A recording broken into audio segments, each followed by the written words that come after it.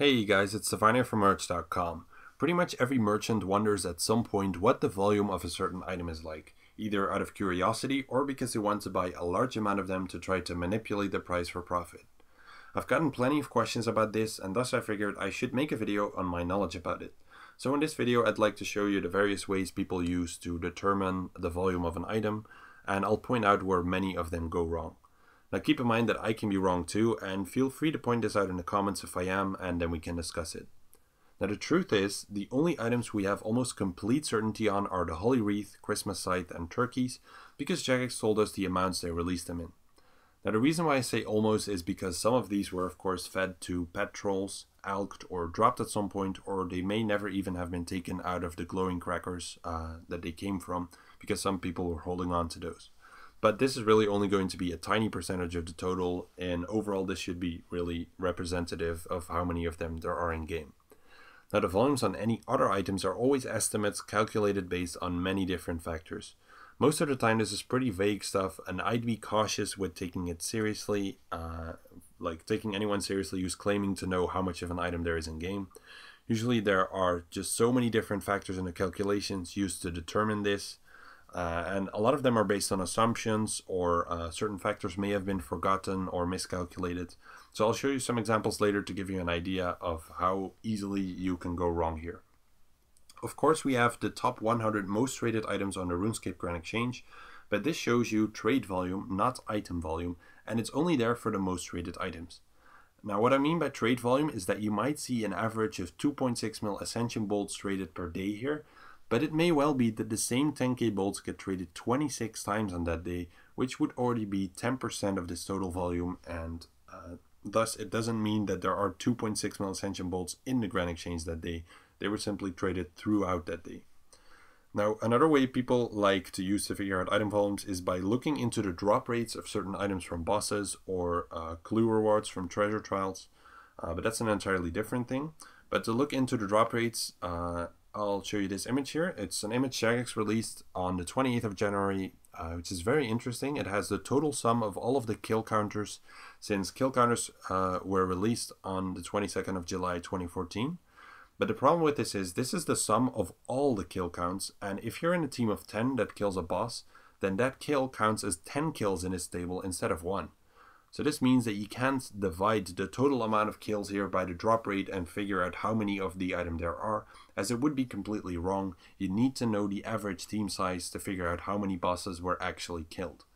Now to know this average team size, that's near impossible. What you could try to do is spending a few weeks researching the average team size at one of these bosses, then dividing the total amount killed of that boss by the average team size, and then dividing that by the drop rate of the item you're looking into. Now the reason why it has to be weeks is because you can't base your data on a one-day sample. It would just not be representative at all. And even after doing this, you would only know the volume in between the 22nd of July 2014 and the 28th of January 2015, because before that the team sizes, kill speeds, drop rates, and amount of PVMers may have been very different, so it still doesn't really get you anywhere.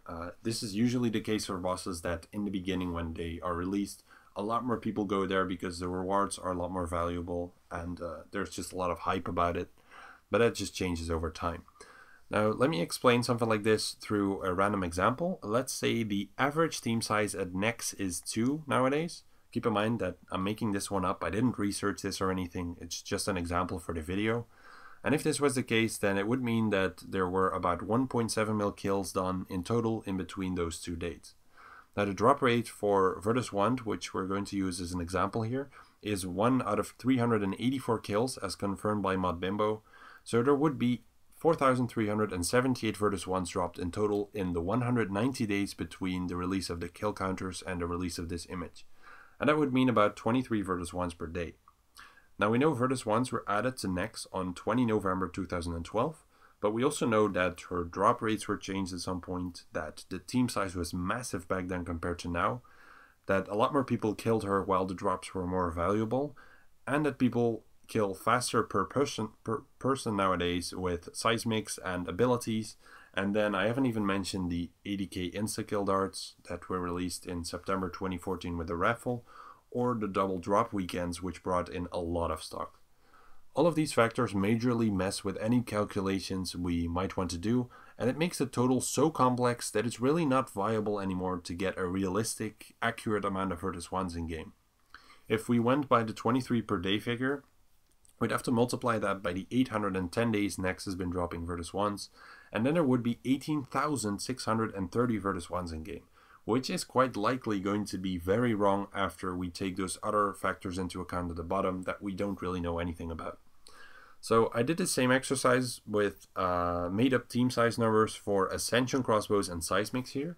Feel free to pause the video to look into those if you're interested, and you can recalculate them with your own team size numbers, though it is a bit of a waste of time because, as you can see, there are too many factors we don't know about which could easily change the outcome of these calculations by thousands. I hope you get the idea by now. It's overly complex to calculate anything, which also includes treasure trial rewards, where people tend to have a very big mouth of how much of a certain item there is in game, mostly because they are holding it and they want others to buy in. Usually they're talking about the drop rates from clues, but figuring out the drop rates of items is really easy for us as long as we put together enough data. But figuring those out doesn't do more than giving us an extremely rough indication of how much of an item there may possibly be, but the range there is so massive that you still don't really know anything.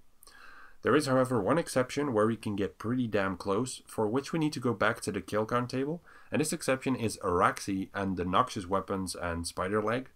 And the reason why I mention Araxi is because this boss was added on the 29th of July 2014, which is thus far the only boss released after the counters were added. Now this means that we have full data on how many were killed in the 183 days in between the 29th of July and the 28th of January, and since we also have estimate drop rates on leg pieces and hilts, we can at least calculate a maximum possible amount of Noxious weapons and Spider Legs in game. Now we have almost 1.6 mil kills in total in between those dates, and it's safe to assume the average team size is only very slightly above 1, since duoing makes this boss harder, not easier, so very few people do that. Now based on the sample of over 50k kills, which I found on the forums, he compilated them from the entire topic, we're going to assume that leg pieces have a drop rate of 1 in 38.8 kills and hilts of 1 in 104.4 kills. I'm not going to look at the ratio of mage versus range and melee weapons here, as the sample is a bit too small for that, but of course we can safely assume that the majority of them are going to be mage weapons. So we have about 15,017 hilts in game and about 40,407 leg pieces if we do the calculation here. Now the problem is that the leg pieces aren't going to be entirely equal because they depend on which path you take in the second phase of Araxor. Therefore, all we can do is conclude that there is a maximum total of 13,469 spider legs in game. Most likely a fair bit less because many of them are not completed yet. If you, let's say, got the bottom piece of the spider leg but you didn't get the rest, then that piece is sitting in your bank and it's an incomplete leg, but it does count as a piece. So yeah, this doesn't mean that there is a total of 13,469 Noxious weapons in game. It's just about the maximum possible number based on math. We still have to subtract a small percentage which we don't know from the drops from duo kills, then a small percentage from unfinished spider legs like I mentioned, and then also a decent percentage from legs without hilts, because nobody's going to make a Noxious scythe if the leg alone is worth more than those. Then we also have to add a small percentage because it's been 11 days since this image was posted. So in reality, there may not be 13,469 Noxious weapons. It could easily be a lot less than 10k for all we know. But this is about as accurate as we're going to get on any items in game right now. Again, if you feel like I'm wrong about any of this, then feel free to post it in the comments below and we can discuss it. You can of course also go crazy and try to buy an item out, but then you might end up with 13k 10 Cavaliers after over half a year of buying like Snow did, but I'm glad he managed to sell them off for pumpkins. But this is a success story. In most of the cases this doesn't go right at all, so I would not recommend it. Then one last question is, how much does it really matter what the volume of an item is? Now unless you're planning to buy a substantial amount of it, it doesn't matter. What does matter is the balance between supply and demand for an item and how that is going to shift due to certain things happening to the game. You'll make immensely more profit by watching that than by trying to figure out what the volume of any item is like. Like I told you guys in the best merchanting type video series, hoarding generally has a high risk and pretty bad return on investment on the time, money, and effort you put in. You can earn a lot more from short-term investments, so I would advise you to do that and not put your bank in some obscure item to try to make profit on that, as it usually goes wrong with most people. It does, however, become a problem for wealthy merchants, what the volume of an item is like, when you want to invest in an item, but you find yourself buying more of it than you could possibly sell at a decent price and with decent speed. This is just going to be trial and error, where you have to figure out over time how much of your stock the market can carry. This is quite the challenge for merchanting, but it does keep things very interesting, so I wish you good luck with that. I hope you enjoyed this video and that you learned something new. Good luck with your merchanting, guys, and I'll see you all again next week for another video.